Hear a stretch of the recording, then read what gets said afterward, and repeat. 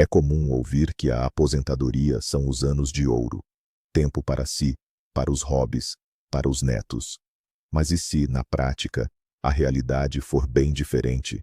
E se, em vez do merecido descanso, surgirem a apatia, a tristeza e a sensação de desesperança? Hoje vamos abordar um tema que muitas vezes é silenciado. Vamos explorar as 7 principais causas da depressão em idosos. E o mais importante, vamos discutir como é possível e necessário combatê-las. Prometo que você vai olhar para esse problema sob uma perspectiva completamente nova e descobrir maneiras simples, mas eficazes, de resgatar a alegria de viver. Muitos acreditam, erroneamente, que mau humor e rabugice são companheiros normais da velhice, com a desculpa de, é da idade. Mas isso é um equívoco perigoso. A depressão não é apenas uma melancolia passageira, é uma doença séria que envenena a vida e mina a saúde. E ela não é uma parte obrigatória do envelhecimento. Compreender isso é o primeiro e mais crucial passo para a solução do problema. Então, vamos começar com a razão número 1. Ela talvez seja a mais insidiosa, porque atinge de forma sorrateira. É a perda do papel social e do senso de utilidade. Pense bem. Durante 40 ou até 50 anos, a sua vida foi minuciosamente planeada. Você foi engenheiro, médico, professor, contador. O seu nome era sinônimo da sua profissão. Você resolvia problemas, tinha responsabilidades, e as pessoas procuravam-no para pedir conselhos. O seu trabalho dava-lhe não só dinheiro, mas também status, respeito e, o mais importante, um sentimento de importância. E, num belo dia, tudo isso desaparece. Imagine o Anatoly Petrovich. Durante muitos anos, ele chefiou um grande departamento numa fábrica. Cada um dos seus dias começava com reuniões matinais. O telefone tocava sem parar. Ele estava no centro dos acontecimentos. Muitas coisas dependiam das suas decisões. Os colegas respeitavam-no. Jovens especialistas vinham procurá-lo para pedir conselhos. Ele não era apenas Anatoly Petrovich. Ele era o chefe. E agora ele está aposentado. De manhã, não há pressa para ir a lado nenhum. O telefone está em silêncio. Ninguém lhe pede para resolver um problema urgente. No início, parece um descanso há muito esperado. Mas passa uma semana, um mês, e a um sentimento de alívio sucede-se um vazio que ecoa. Surge a terrível pergunta: quem sou eu agora? Apenas um aposentado? Isto é um golpe poderosíssimo na autoestima. O sentimento de que foi descartado, de que a sua experiência e conhecimento já não são necessários a ninguém, é um caminho direto para a apatia. A pessoa perde o seu alicerce, perde uma parte da sua identidade. E esse vazio rapidamente começa a ser preenchido por melancolia, irritabilidade e os primeiros sinais de depressão. Isto não é apenas tédio. É uma crise existencial com a qual muitas pessoas se deparam, e esse vazio de que acabamos de falar dá lugar a uma segunda razão, não menos séria. Muitas vezes, ela caminha lado a lado com a perda de um papel. É a solidão e o isolamento social. Antes, o trabalho era o centro da sua vida social. Colegas, clientes, parceiros. Você estava sempre rodeado de gente. Em casa, a família o esperava. Os filhos precisavam de ajuda com os deveres. A vida era agitada. Mas e agora? Os filhos cresceram. Claro, eles o amam. Mas eles têm suas próprias famílias, seus empregos, suas preocupações. Eles ligam, tentam visitar nos fins de semana. Mas isso não substitui o convívio diário e genuíno. É uma dinâmica de relacionamento completamente diferente. O círculo de amigos, infelizmente, também se reduz inexoravelmente com a idade. Alguém se mudou, com alguns os caminhos se separaram, e outros, lamentavelmente, já não estão mais entre nós. Os laços antigos enfraquecem, e estabelecer novas amizades na vida adulta é bem mais complicado. Não há mais projetos de trabalho em comum, nem reuniões de pais. Como resultado, o mundo de alguém que antes era vasto e cheio de vida, pode encolher ao tamanho de um único apartamento. O telefone fica em silêncio por horas, e a televisão se torna a principal companhia. Isso cria uma sensação de vazio, de fome emocional e de informação. A pessoa se sente invisível, esquecida, à margem do fluxo da vida. Solidão não é apenas a ausência de pessoas ao redor. É quando não há ninguém com quem compartilhar as pequenas coisas, nem as alegrias, nem as preocupações. E esse sentimento de desconexão é o ambiente ideal para o desenvolvimento da depressão. Passamos agora à terceira razão, que, infelizmente, é familiar a muitos: problemas de saúde e dor crônica. E aqui é crucial entender: não são apenas dores da idade que as pessoas costumam ignorar com um simples "o que esperava é a idade". A dor aguda, como quando você se corta, é um sinal claro de perigo para o organismo. Você trata, e a dor passa. Mas a dor crônica é uma história completamente diferente. É como um ruído de fundo irritante e desagradável, que nunca se desliga. Ele está com você quando acorda de manhã. Ele está com você quando tenta preparar o almoço. Ele está com você quando simplesmente se senta numa poltrona. Esse mal-estar constante esgota, suga toda a energia e a força moral, não deixando recursos para a alegria ou a interação social. Cada dia se transforma numa pequena guerra. Uma guerra para simplesmente levantar da cama, para ir até o supermercado, para sorrir para o neto, quando na verdade, tudo o que se quer é que nada doesse. Além disso, a dor limita. Gostaria de ir para o campo, mas as costas doem. Gostaria de dar um passeio no parque, mas os joelhos reclamam. Pouco a pouco, a pessoa se vê presa no próprio corpo, e essa sensação de impotência, a sensação de que o corpo a traiu e já não obedece, é um terreno muito fértil para a depressão. Afinal, como se pode desfrutar da vida de verdade, quando cada dia é uma batalha interminável contra o desconforto físico? Passemos agora à quarta razão. Pode não ser tão visível por fora, mas corrói constantemente por dentro. É a ansiedade financeira. Existe um mito prejudicial e muito comum.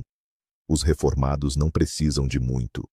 A ideia é que os filhos já cresceram, não há hipoteca, e vivem modestamente. Mas isso é um equívoco completo. Na verdade, viver apenas de uma pensão no mundo moderno é um estresse constante e exaustivo. Cada ida ao supermercado transforma-se na resolução de um complexo problema matemático. O que comprar hoje e de que ter de prescindir? Os preços dos alimentos sobem, as contas da casa aumentam, e a pensão permanece a mesma. Isto gera uma sensação constante de preocupação que não os larga um minuto sequer. E agora, adicionemos a isto a questão mais dolorosa: os medicamentos. Com a idade, eles deixam de ser um luxo e tornam-se uma necessidade vital. E muitas vezes são caríssimos. E a pessoa encontra-se perante uma escolha terrível: comprar um medicamento vital ou poupar na comida de qualidade, pagar um exame ou guardar dinheiro para dias difíceis. Mas não se trata apenas de sobreviver. As dificuldades financeiras privam de simples alegrias humanas. Gostaria de comprar um presente de aniversário para o neto, em vez de apenas dar uma nota modesta. Gostaria de ir ao teatro ou a um café com uma velha amiga.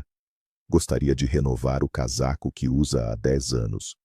A impossibilidade de se permitir estes pequenos prazeres gera um sentimento de humilhação e de inadequação social.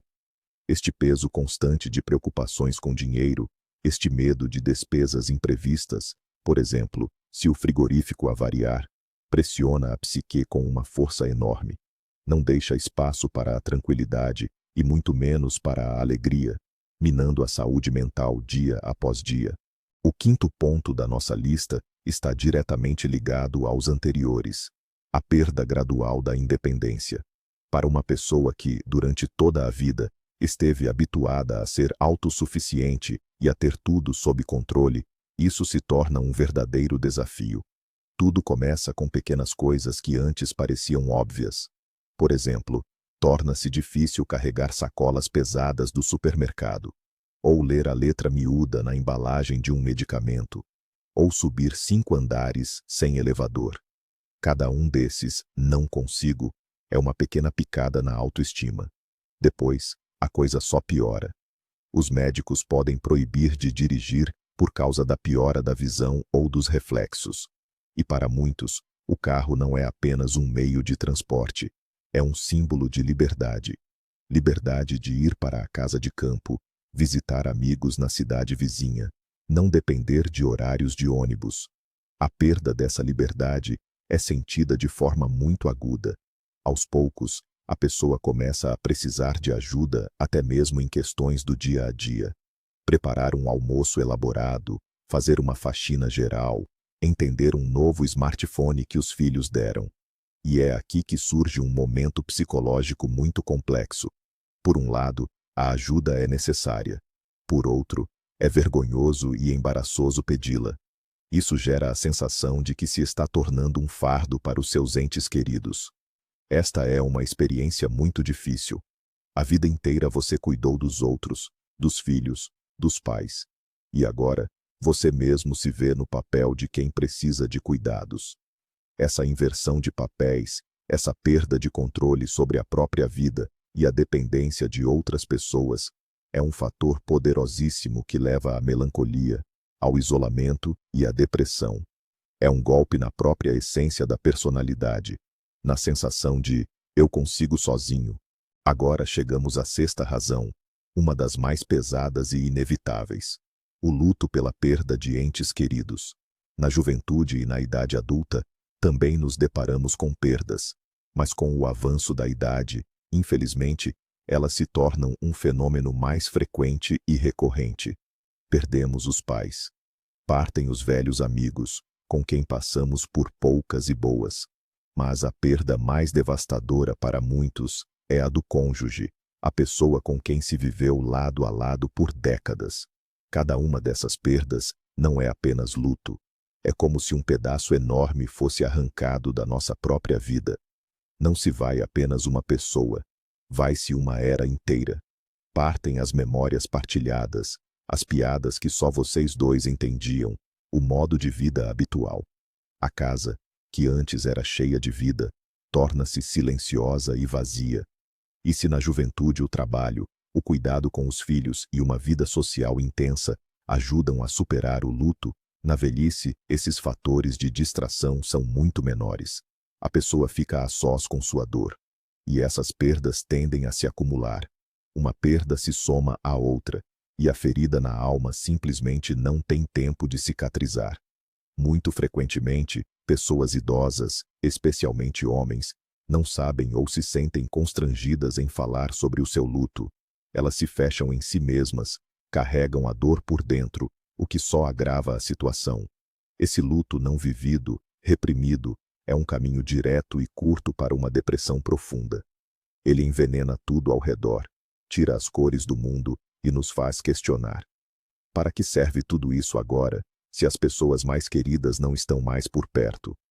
É uma provação duríssima para a mente. E por fim, a sétima razão. É talvez a mais profunda e filosófica, mas nem por isso menos real.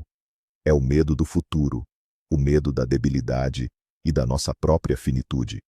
Enquanto somos jovens, vivemos com a sensação de que temos a eternidade pela frente.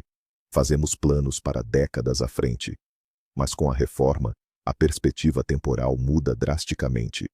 O futuro deixa de parecer algo distante e ilimitado. Torna-se mais tangível e, infelizmente, finito. Juntamente com isso, surgem pensamentos perturbadores. E se eu ficar gravemente doente? E se eu não conseguir cuidar de mim mesmo e me tornar dependente? Quem cuidará de mim? Essas perguntas podem causar pânico e tirar o sono. A pessoa começa a fazer um balanço da sua vida. E aqui também podem espreitar armadilhas. Pode começar a lamentar-se sobre sonhos não realizados, sobre oportunidades perdidas, sobre erros que, na sua perspectiva, já não podem ser corrigidos. Surge a sensação de que o melhor já passou e que pela frente há apenas o declínio. Esta crise existencial, A consciência da sua mortalidade é uma fase normal do desenvolvimento pessoal. Mas se a pessoa não tiver um suporte interno, não tiver fé, não sentir que viveu uma vida com sentido, esse medo pode tornar-se avassalador. Paralisa a vontade, tira a motivação para fazer qualquer coisa, pois, qual é o sentido disso?